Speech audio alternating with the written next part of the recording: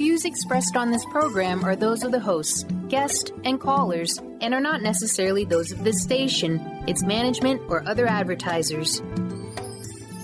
You're listening to Transformation Talk Radio.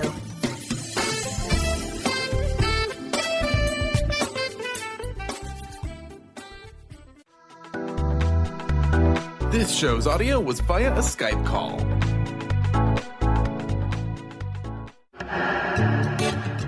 Get fired up for Spirit Fire Radio with your hosts, Dorothy, Riddle, and Steve Kramer.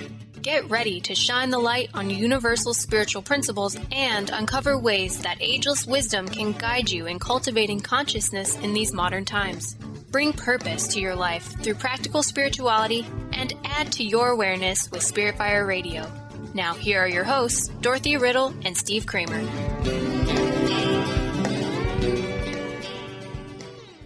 Hello, listeners. Welcome to Spirit Fire Radio. My name is Steve Kramer, and I'm joined by my lovely co-host, Dr. Dorothy Riddle. Hi, Dorothy. Hi, Steve. Glad to be here. It's wonderful to be here and continue our conversation on non-duality. So for the entire month of August, we are going to be exploring this concept of non-duality, that duality is a myth. And this week, we are going to look at bigotry and where that takes us. Who knows, Dorothy? So, just to say, listeners, this is a very intense subject. Dorothy and I had quite a wonderful conversation as we were exploring the concepts for this show. So, it is bigotry is a very hot topic. It can be uncomfortable for some of us, but this idea of duality, of black or white, rich or poor, us or them, this idea of versus and us, it leads us toward this idea of separateness. And that separateness then can pit us against each other. It is, as the ageless wisdom would say, it is the root, basically, of all evil. And so we're going to talk about that on this show. Dorothy, any words before we begin? Sure. I want to just make a comment, and then I've got a couple quotes to share. Sure. I just want to mention that this particular topic and some of the rest of what we'll get into this month, I know can be very uncomfortable. The thing is that what we're exploring are the consequences of allowing ourselves to think dualistically, because thinking dualistically results in creating that us-them illusion, and it's when that us-them illusion is created that we are then able to harm somebody. If we recognize that they are close to us, that they're similar to us, we cannot harm them in the same way or with the same freedom as when we make them different and distant from us. So there's a couple of quotes that I thought were interesting in relation to this. The first is from Albert Einstein. He says, "What a sad era when it is easier to smash an atom than a prejudice." And the second is from Nelson Mandela, who wrote, "No one is born hating another person because of the color of their skin or their background or their religion. People learn to hate.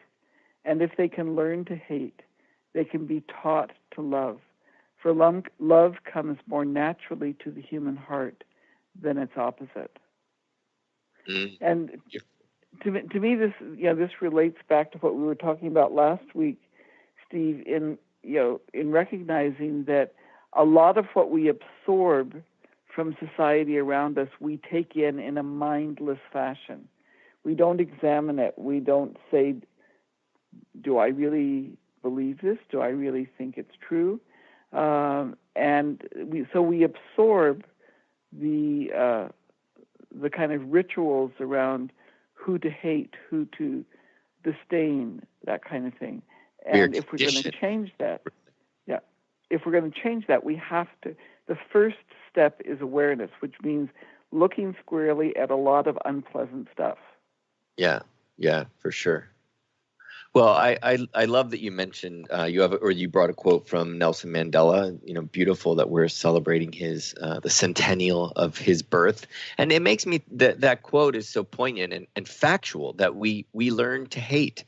We are born so intimate with the being that gave birth to us, and it said babies have only two fears: the fear of loud noises and the fear of falling.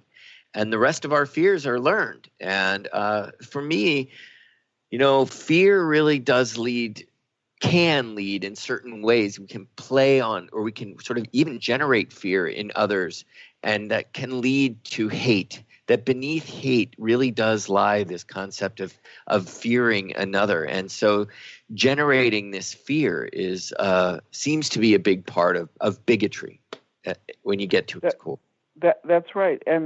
And one of the reasons I think why, or one of the things that's being expressed when people express concern about the Trump presidency is that he, as the leader of the United States, he is the preeminent role model, and what he models is bigotry. Yeah.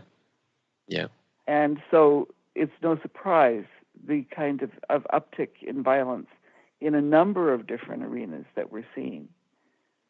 And models the verses, the idea of verses, which I will never forget, that him saying that what he likes to do, how he likes to manage, is to bring two people with very different ideas into the room together and instigate them into battle, ideologically, with words, and then he watches it all take place. I mean, can you imagine that is what you enjoy, bringing two people that will automatically see themselves as different and as other, and then, so really,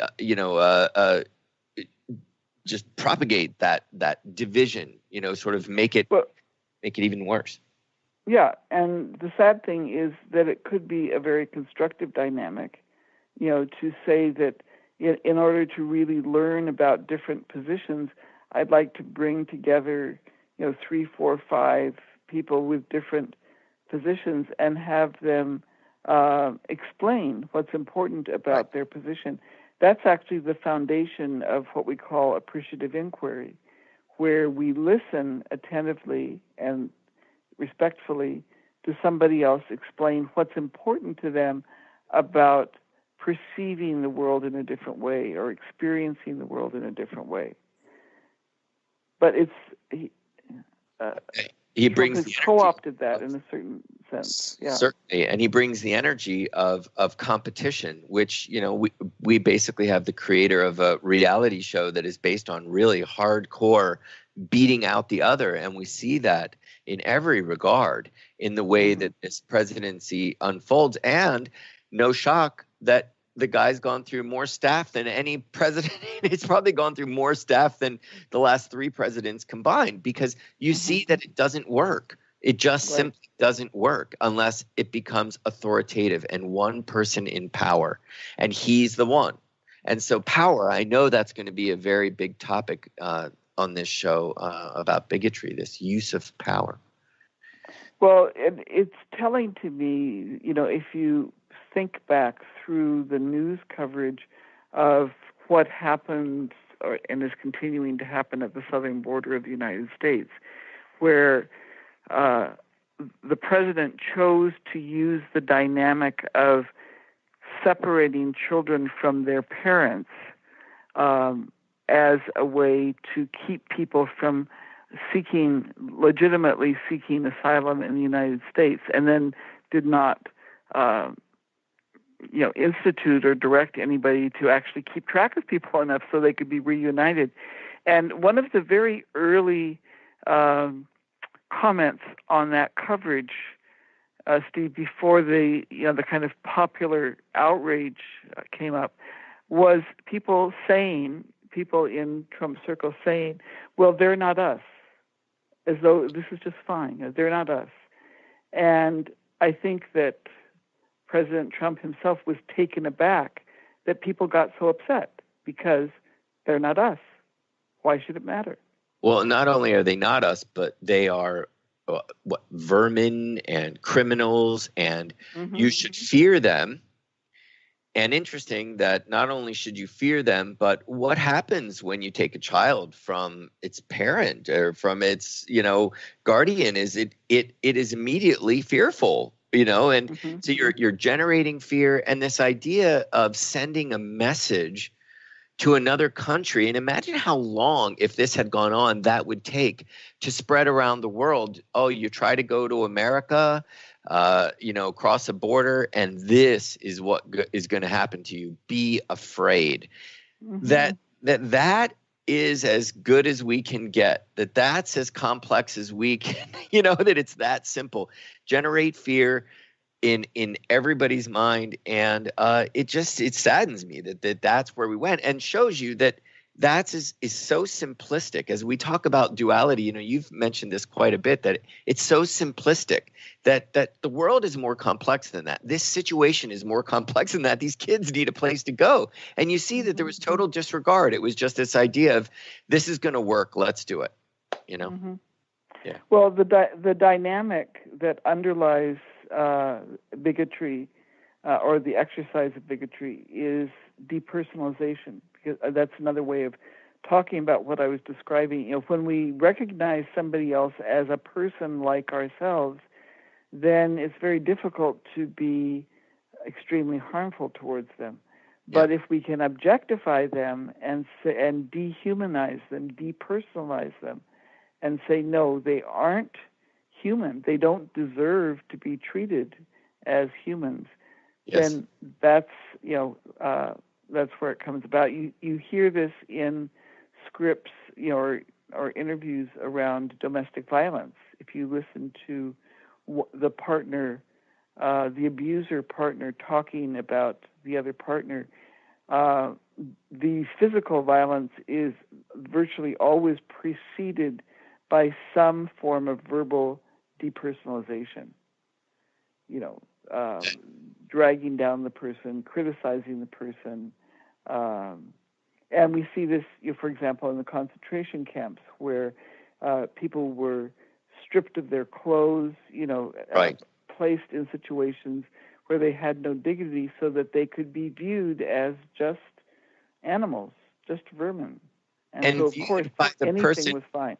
Sure, and viewed by the person who is committing these atrocities, because that person has a heart. That person is interconnected with these beings. So you can imagine that what it must take, and the power of the mind, to create this sort of wall around your heart, to sort of, that this demeaning, for instance, of the partner is not, I think, on one hand, it could create this sort of capacity, this like aggression, and this capacity is within that person to allow them to do it, but it's blocking off their heart too. It's just creating a wall so that it can be only of the mind, that I only see them as vermin, and I know the illusion is vermin should die. Crazy.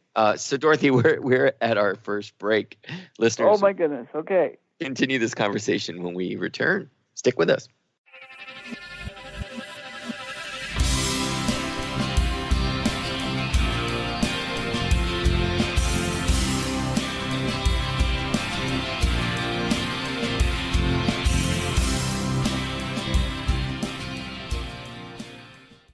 Stay juicy.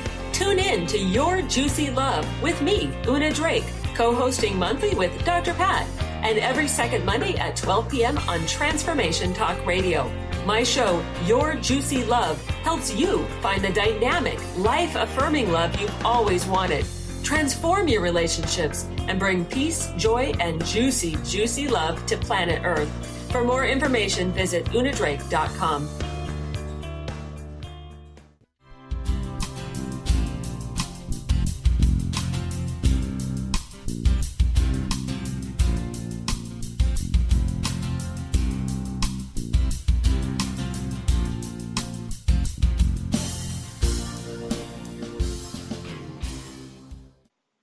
Welcome back to Spirit Fire Radio. My name is Steve Kramer, and I'm here with my co-host, Dr. Dorothy Riddle. Dorothy, would you like to tell our listeners a bit about our organizations that have made Spirit Fire Radio happen?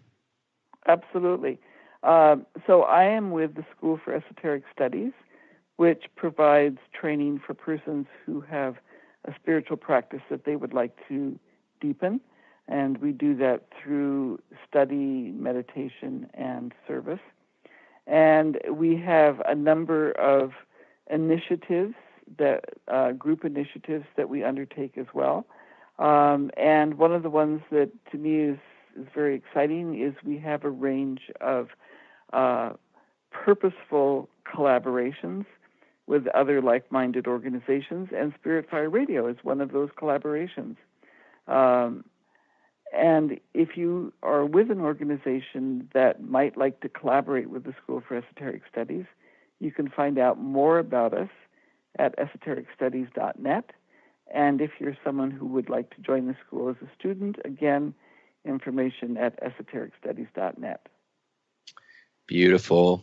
Really wonderful to have organizations collaborating as opposed to competing, right, Dorothy? Absolutely. And I am here on behalf of Spirit Fire, and we are an educational nonprofit who holds meditation, study, and service very dear to our hearts as well. We've got our own meditation practice called the Practice of Living Awareness, which is an online meditation practice, and we are constantly creating new meditations within that practice that's free online, and we'll hope you look that up. We have a meditation retreat center in Western Massachusetts that supports that practice, and also online classes.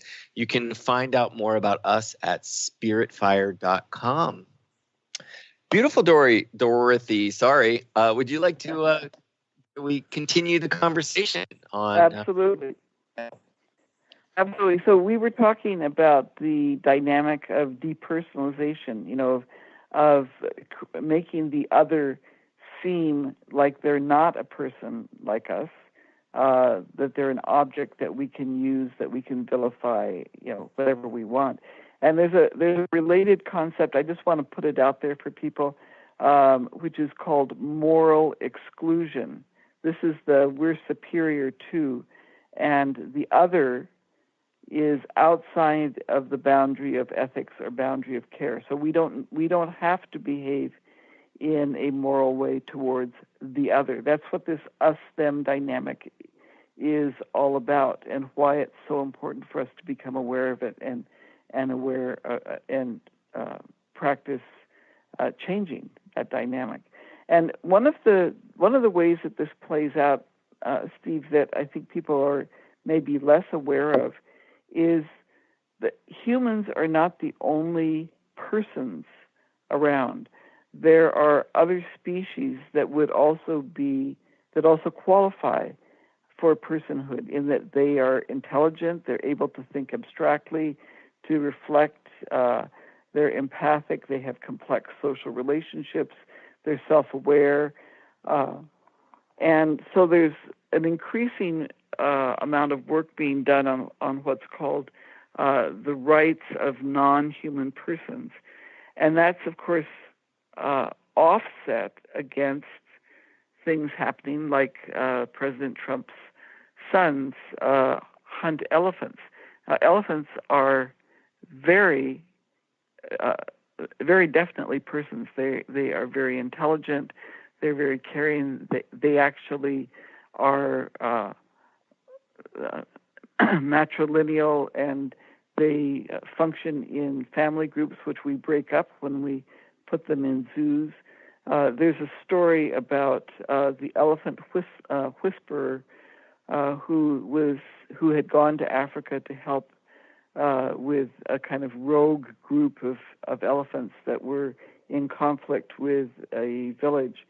And when he died, within 24 hours, this whole group of elephants gathered and circled his home.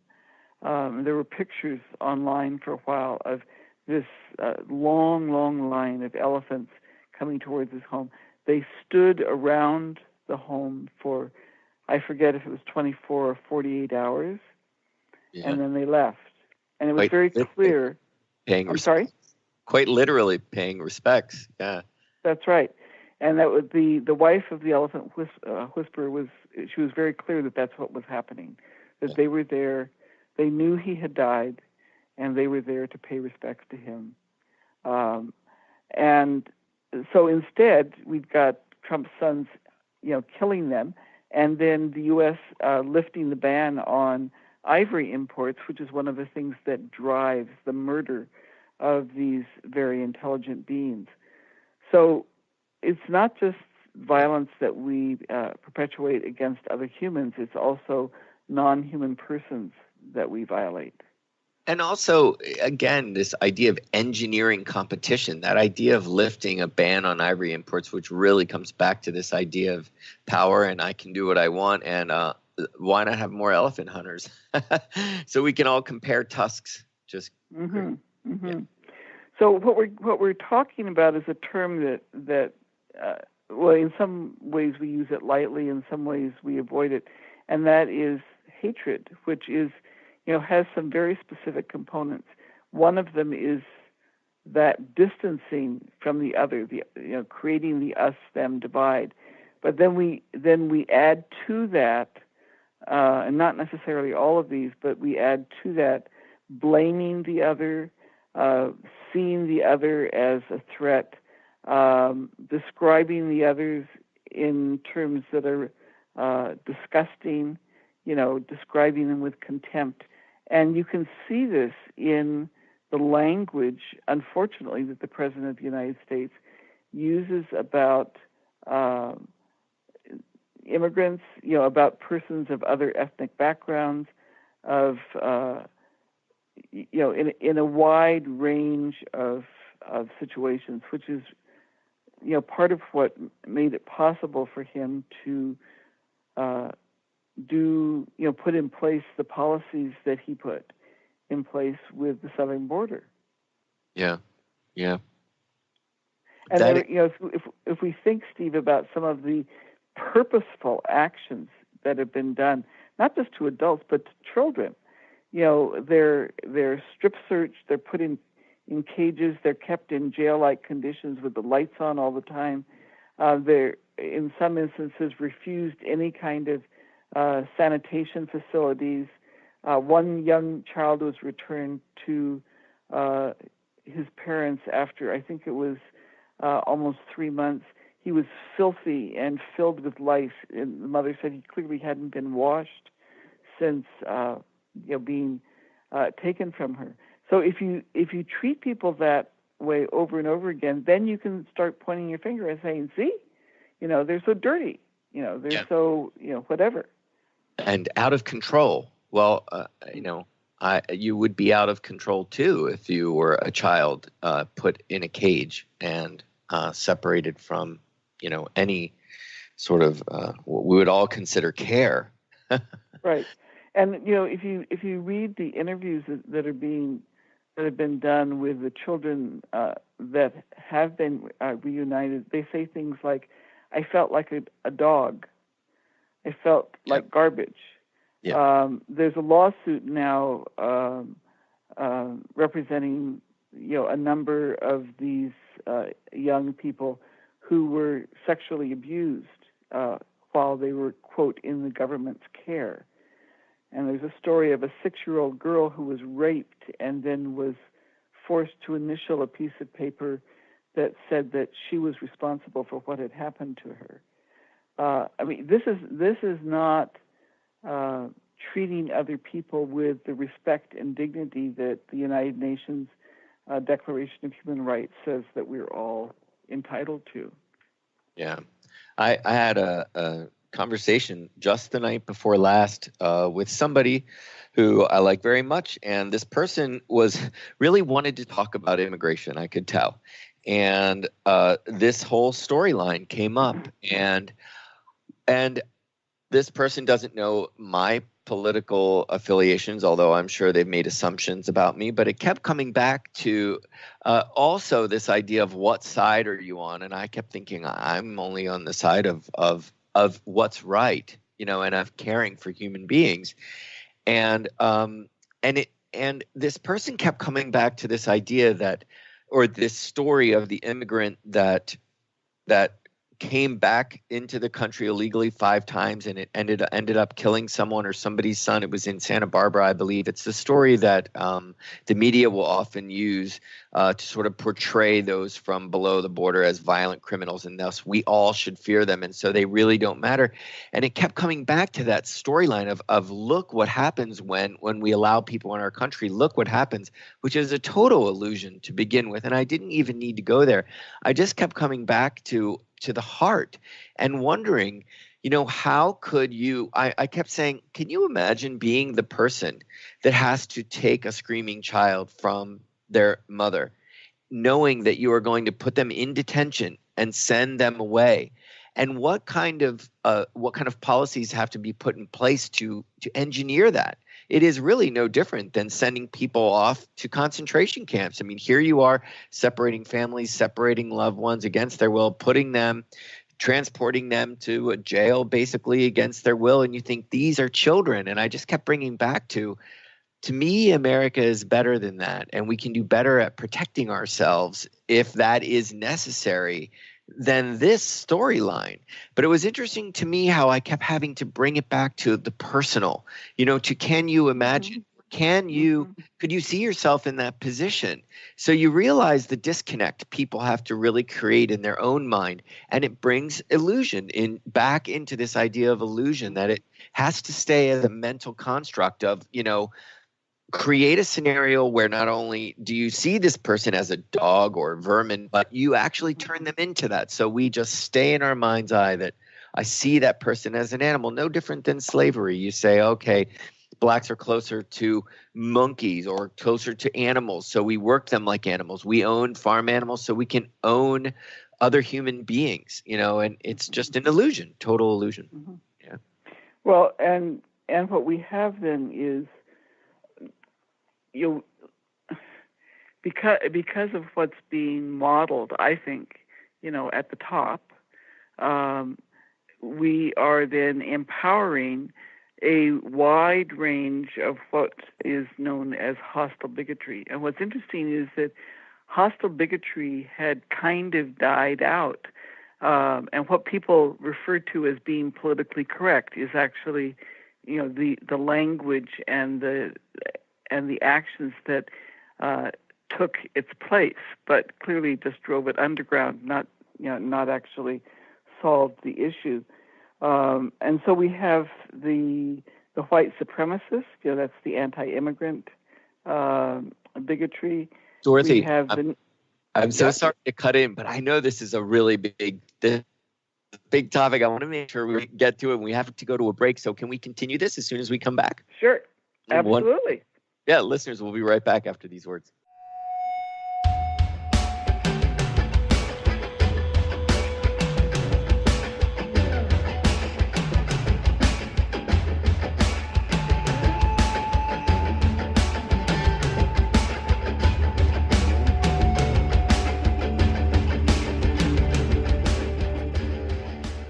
Did you know that all of the shows on the Transformation Radio Network are available as podcasts to stream or download? Really? Check us out. Go to transformationradio.fm. We have business shows, spiritual shows, energy healing shows, and pretty much everything in between. Something for everyone, guaranteed to inspire, educate, and transform. We are transforming the world, one listener at a time. Living Lighter Radio with Jason and Patricia. We have an ecosystem approach to your life. Tune in weekly every Monday at 1 p.m. Pacific on Transformation Talk Radio as we, Jason and Patricia, discuss what's truly holding you back. We offer you the tools you need to reach your goals and at the same time be living lighter. For more information about Living Lighter, visit www.livinglighter.org. To find answers to life's questions, you need to look within yourself. Dr. Glenna Rice brings your questionable conversations on Transformation Talk Radio each month. Tune in each month for insight into how you can live up to your full potential. Dr. Glenna is a physical therapist, certified Access Consciousness, and Access Body Class facilitator. How does it get any better than this? For more information on Dr. Glenna Rice and her work, visit glennarice.com. Love Living Radio Ignite Your Whole Being with Emily Perkins is a show for those looking to explore the sparkling magnificence of their inner selves. Tune in every second and fourth Wednesday at 4 p.m. Pacific as Emily sheds a radiant light of love on the beauty and power that resides within you. Discussing love in all its forms through conversations that provoke awareness, curiosity, and expansion, Emily shares the unlimited power of love. For more information or to listen to this show, visit lovelivingHolistics.com. Dream on, fly high, and live adventurously on The Laura Meeks Show. Tune in each month on Transformation Talk Radio as host Laura Meeks guides you in finding your unique gifts and bringing them to life. As a certified life coach, speaker, and veteran bomber pilot for the U.S. Air Force, Laura knows how to follow a dream. She is ready to support you so you can dream on, fly high, and live adventurously. For more information on Laura and her work, visit flyhighliving.com. Wow. Hey, everyone. Welcome. Welcome to the Dr. Pat Show. This is Talk Radio to Thrive By. I'm telling you, I got to pinch myself some days because when each of us gets called to do something that we so not thought was in our wheelhouse to do for a purpose that's so much greater than us, we get to show up and shine. If you would like to show up and shine on the Dr. Pat Show as a co-host or sponsor, send us an email to inspire@thedrpatshow.com.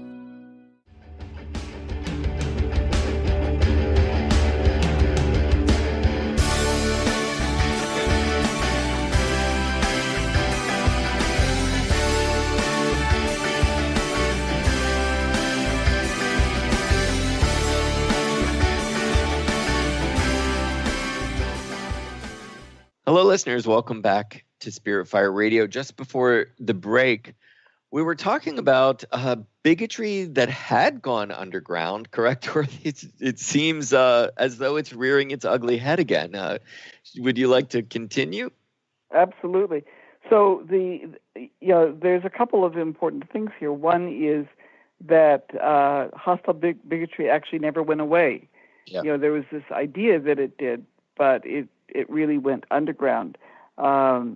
And now what's resurfacing is that hostile bigotry in a number of very noticeable ways. And just, again, because awareness is the first stage, these are, we can call them symptoms that are very dangerous, that we can't just close our eyes and say, well, it's, I don't need to pay attention.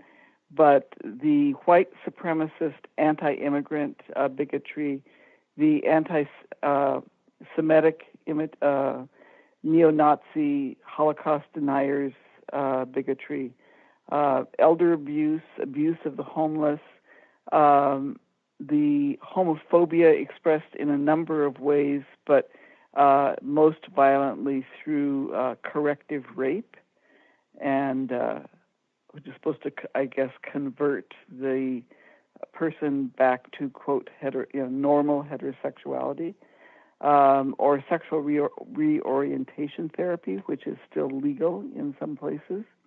And then we have the whole issue of misogyny, which is the violence against women and girls. It's the number one health issue. The World Health Organization talks about. It's the number one human rights issue that the UN talks about. There are just horrendous statistics. I'm not going to take our listeners through all of it, but I think what's telling is that when I was writing my book, Moving Beyond Duality, I was looking at the statistics that the Southern Poverty Law Center compiles. They track hate crimes in the United States, which is really important information, and then they also have educational initiatives to address those. And what was interesting to me was there was nothing about misogyny. And so I contacted them and I asked them about that, and the response I got was, it is so pervasive that we just don't bother. And when I talk with people about violence against women and girls and some of these really horrific statistics, people just they just kind of close their eyes and turn away. They don't want to think about it.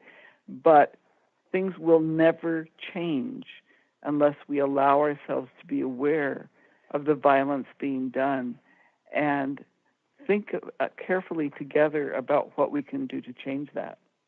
Yeah. Well, I know when we first met, Dorothy, in fact, one of the first radio shows we did together, which is now many years ago, we were talking about Black Lives Matter and my sort of staunch attitude that all lives matter. And you made it very clear to me that in dismissing the bigotry and in dismissing the harm that is being done to this specific portion of our country's population or globally our world's population, that you are a part of the problem. You have got to recognize it. You've got to bring it to the forefront as a fact. You've got to face it. And otherwise you're a part of the problem. You just can't turn away or make it into something that it's not, which is in a sense like oversimplifying it too, in a way, which is also to say, just as you say, well, misogyny is so prevalent that we don't even need to talk about it, right? I mean, yeah, wow. No, the fact of the matter is we need to talk about it a lot. We need to address it a lot. And so what I'd like to do is turn to talking about what happened to hostile bigotry. I mean, it's resurfacing, yes, but one of the things that happened to it when it went underground was it morphed into what's called benign bigotry. And in some ways, this is even more difficult to deal with because what it is positive feelings expressed, kind of like chivalry, while the negative stereotypes that underlie it are suppressed and not spoken. And so how do you object? If somebody says, you're just so good with children. What? That's not a primary characteristic of me. That's not what's relevant in this professional setting. And the underlying implication is I am going to take care of you because you cannot take care of yourself. It's a form of paternalism. And it's interesting that women, a number of women wrote to me after my book on Moving Beyond Duality was published, and there's a chapter in there on benign bigotry. And they said, thanks. This is the first time I understood why I am so upset by this behavior. Yeah. And so that's reductionism. I'm sorry? It's a form of reductionism, right? I mean, it's just reducing it to stereotype. Yeah. Exactly. And it comes back to, once again, with the life, people, the universe is much more complex, and we owe it to expand. Yeah. And I wonder, Dorothy, would saying "Make America Great Again" be a form of benign bigotry in a way? Or is that just I just think of this idea of positive feelings, like, well, how can you not say, how can you say, well, am I going to not make America great again? Well, this idea also, it assumes that America is not great. Yeah, that's what I'm saying. In that way, it is parallel to benign benign bigotry. I mean, it is. But for women, the dynamic of benign bigotry is particularly damaging because, and we see this playing out in politics. What the researchers tell us is that there are two acceptable roles for women these days. One is being warm and nurturing, and then they're seen as being friendly and trustworthy, but not particularly competent. Or competent, and then they're seen as intelligent and skillful, but cold. Right. So you can't be both warm and competent. Mm. And that's a real problem for women politicians. And whatever else you may have thought of Hillary Clinton, whether you were for her or not, one of the things that she was constantly accused of was being cold. Right. And I will challenge people, if you were to tape her behavior and then put a male face on the body and watch exactly the same behavior, it would not appear cold. Yeah, yeah. And they do the same with Elizabeth Warren. Just because she is firm and intelligent and articulate, she gets painted, as cold. Yeah. And biggest heart around. Yeah. And one of the things, one of the statistics that I think is important for us to embrace, and again, this relates to why I think, some of these topics are so difficult, is 96%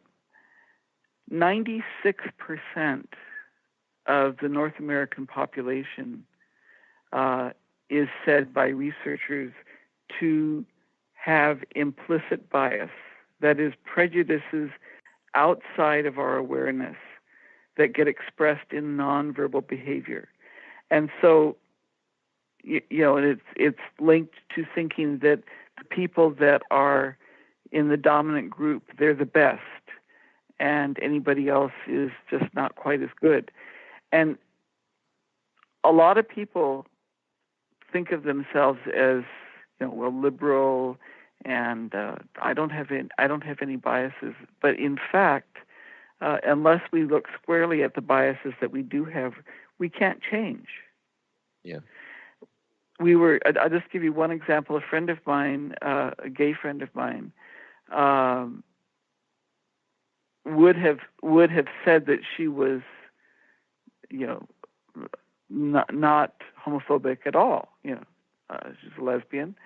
But when it came right down to a discussion of whether or not she and her partner would get married, she found that she actually did have a bias. She didn't think that gay people should get married. That was something that she had absorbed. Mm. And she had to deal with that consciously. Yeah. Well, how lovely that she had a nice friendship and conversation with you.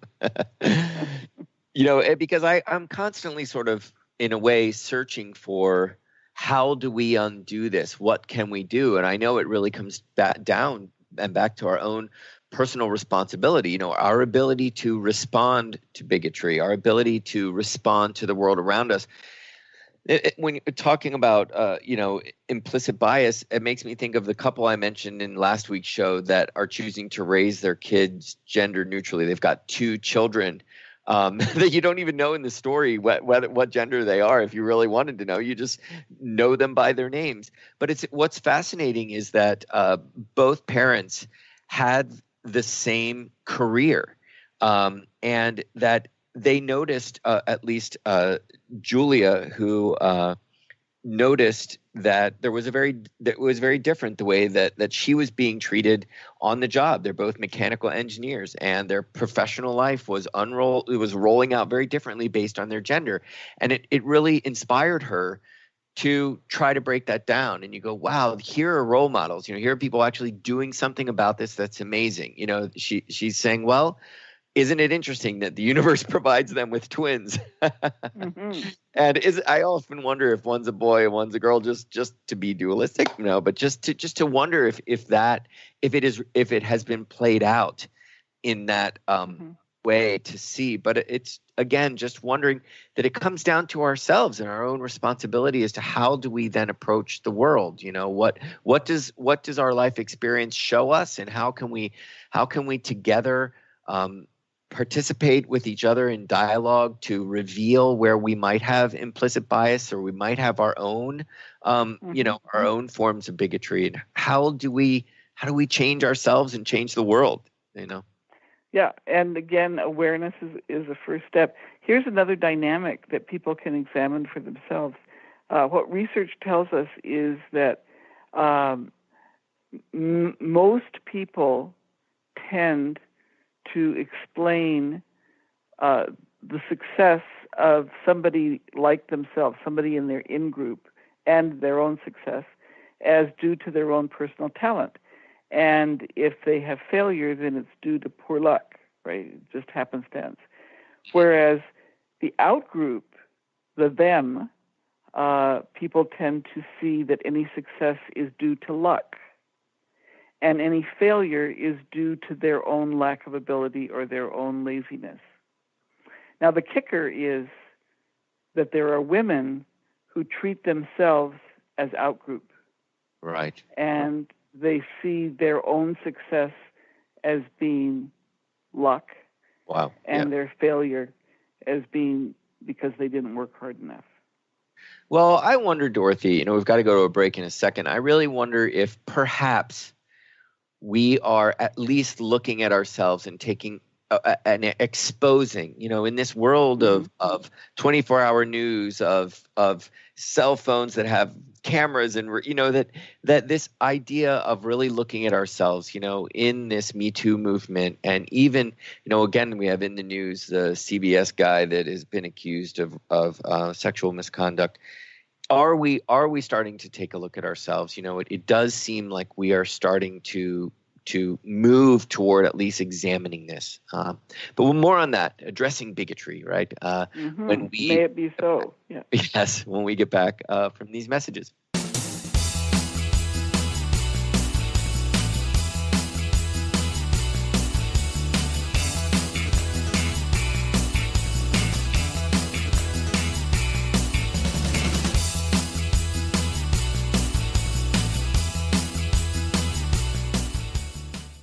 Do you know how powerful your thoughts and beliefs are in determining your experience of your life? Is it really true that simply by changing some of the words you use in your day-to-day language, that you can change your life?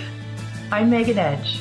Join me on Playing on the Edge, Radical Change with Ease, with my co-host Dr. Pat on Transformation Talk Radio. I look forward to seeing you there. To find out more about Megan Edge, visit her website at meganedge.ca. Hi, I'm Steve Kramer of Spirit Fire Radio, and I believe that meditation changes everything. It leads us in the direction of greater well-being, and that's a fact.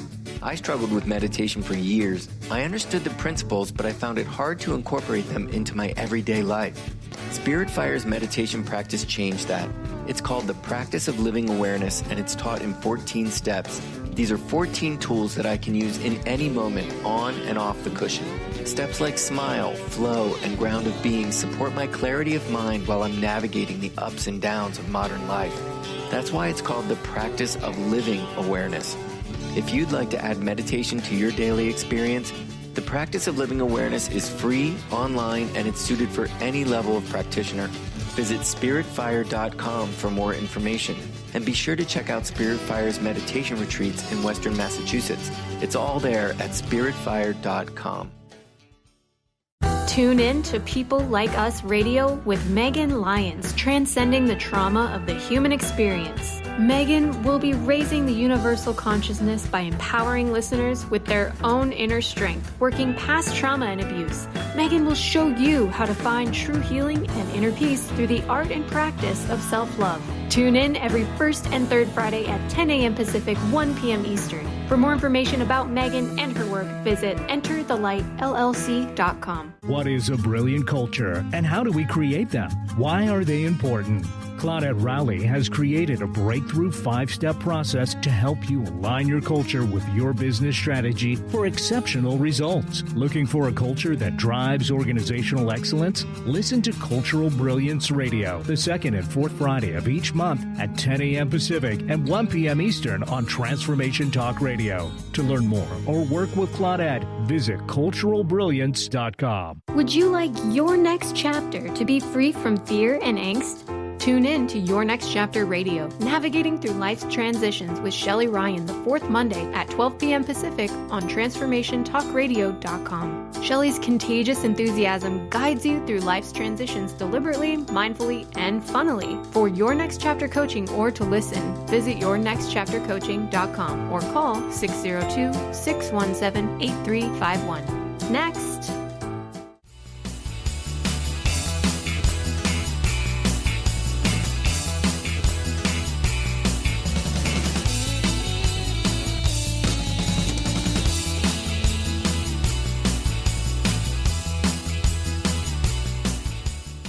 Hello, listeners. Welcome back as we continue this conversation on non-duality and specifically how that relates to bigotry. So, addressing bigotry, becoming more aware. Dorothy, any advice? How do we become more aware of the world around us, not only the world around us, but our inner world in ways that we can generate awareness within ourselves, within the world? What do you say? Well, I think of just initially as two ways to increase awareness. One is keeping a diary or doing an evening review of your own behavior towards others, and noticing when you have ignored someone. Yep. When you have spoken unkindly of someone, any of those little behaviors. What my life has taught me is that until I'm aware, I can't change it. And then when I want, if I notice something that I've done, then I can take a period of time and say, okay, for a half hour every day, I am going to consciously make sure that I don't do this. Or I'm going to consciously be aware of replacing that behavior with this way that I want to be behaving. So that kind of monitoring oneself, and to me it needs to be done on a daily basis because you kind of gloss over things, you kind of forget about things. So that's one way. What are your thoughts, Steve? Well, I think about my workplace many, many years ago that was had many, many different races. And it was when Obama was running for president, and such an exciting time. And you notice that so much of the conversation was talking about a black president and what black and white, black and white, black and white. And I challenged everyone around me, can we talk about this, can we talk about our culture without labeling black or white? Can you find a way to still tell the same story or ask the same questions without using those words? And it was so interesting. Everybody really actually enjoyed it because they realized how much we were talking about white presidents and black and white. And it just got ridiculous. And it forced people to look at the complexity of the situation. Just it forced them to go beyond duality. It was quite fun. It makes me think of looking at a photograph. Everybody's got cell phones, smartphones, and computers. Look at a photograph. Go to the editing feature on your phone or your, on your computer and select the contrast and move the contrast bar the whole way so that there's full contrast. And notice how everything gets overly simplified. Contrast is important, but if you drag it to the other side, you notice the details that you never saw before in the picture come out. So it just goes to show you, there's so much more there than we usually notice. So, really try it. It's sort of magical to sort of bring details up in a photograph that you thought you saw everything in it, and you can see, no, there's so much more. So for me, it really is about noticing the usually not noticed. Mm-hmm. Well, another thing that, another technique for me is, if I take seriously that what's holding this bigotry in place, or any kind of prejudice in place, is that we-them divide. Yeah. Then what I can do, I can't do this all the time, but I can set, like for an hour today or for an hour in the morning or whatever, as I interact with people, to focus on what I have in common with them. Yeah. Instead of what our differences are. And so that I'm recognizing that everybody that I meet, I do have or can have a link with them. And that, of course, that's part of the positive dynamic of small communities. It doesn't always work out this way, but where people know each other in many different roles. So they may not agree on one issue, but they have another issue where they work very closely together and they have another area where they really depend on each other. And so we come back to that term complex. The relationship becomes much more complex. It's very difficult to do an us-them divide if you are dealing with the real complexity of who the other is. And engage with another. Modern life gives us so many opportunities to disengage. We've become so automated. Instead of going through the drive-thru at the bank, go into the bank. Greet the teller. Say hello. How are you? It's nice to see you today. It's really about engaging, meeting, and facing another. That really helps us see them for more than a teller. To see them as a human being and appreciate their contribution. And give them the opportunity to connect with you. Yeah. Yep. Another concept that our listeners may be familiar with, but that can be very helpful here, is to be alert to the idea of priming. That's priming. That what we experience then sets the stage for how we're going to interpret or act next.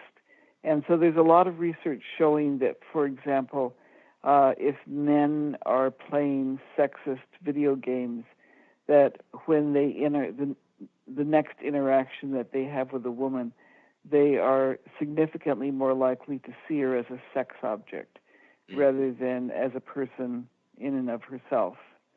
And for women, if they spend time, watching a show or a movie or reading a book where the main character is a very compliant, feminine person, they are much more likely to have difficulty asserting themselves appropriately. Yeah. So being aware, and I know I've said this before on the show, being aware of what we put in, what we take in.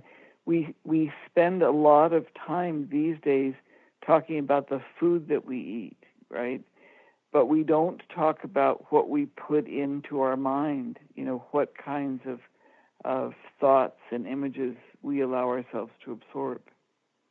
Awareness. It comes down to awareness, right, Dorothy? Right. Yes. Well, and then action, of course. Yes, and so I say meditate. We're gonna wrap up the show. We're at the end. It's been really a delight and enlightening. I appreciate everything you brought to the table on this show. And listeners, do your part. Be responsible, right?